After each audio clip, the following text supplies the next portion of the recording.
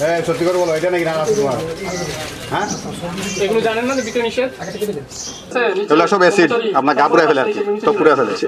একটু করে নাকি আর কি আছে? ওই যে দিমান ওখানে নেন, ওই যে বক্স স্টিল লাইট যেগুলো আছে, দিমান কই?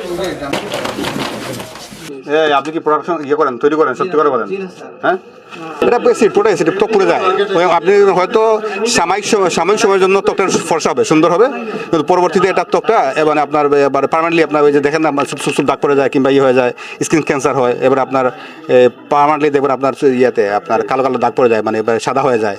এটাও ইন্ডিয়ান প্রোডাক্ট, এখানে বাংলাদেশে নকল পণ্য হিসেবে ব্যবহৃত হচ্ছে, এটা ইন্ডিয়া থেকেও আসে না।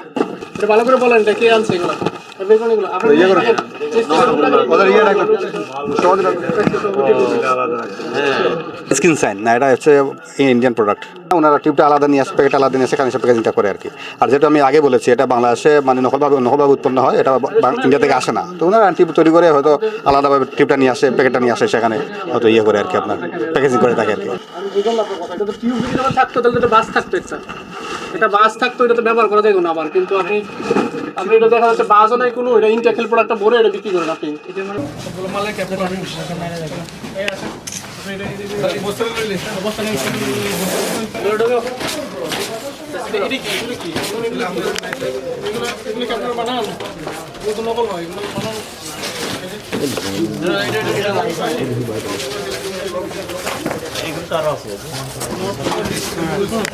আমরা কিন্তু এই বাজারে অনেক বড় বড় জরিমানা করছি, আপনারা জানেন।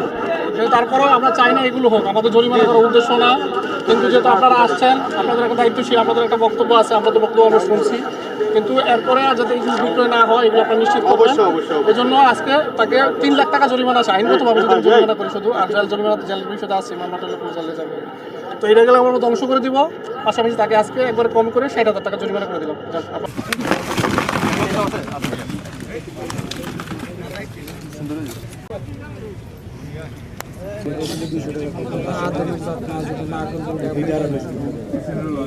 এটার উৎপাদন আমরা এখনো এটা টেস্ট করতে পারি নাই, আমরা অভিযান পরিচালনা করতেছি, আমরা চেষ্টা করতেছি এটার উৎস বোঝার জন্য। যেহেতু ওনারও বললাম যে আমরা যার কাছে জব্দ করেছি, উনি যেটা বলেছে যে ওনার কাছে যখন দিয়ে যায়, আসলে উনি আইডেন্টিফাই করার মতো কোনো তথ্য আমাদেরকে দিতে পারে নাই, যে আছে না বাউচার কিংবা উনি যে কিনেছে কিনার রসিদ টসিদ এগুলো সরবরাহ করতে পারে না। উনি বলে একজন আসে এইসবের কাছে দিয়ে যায়।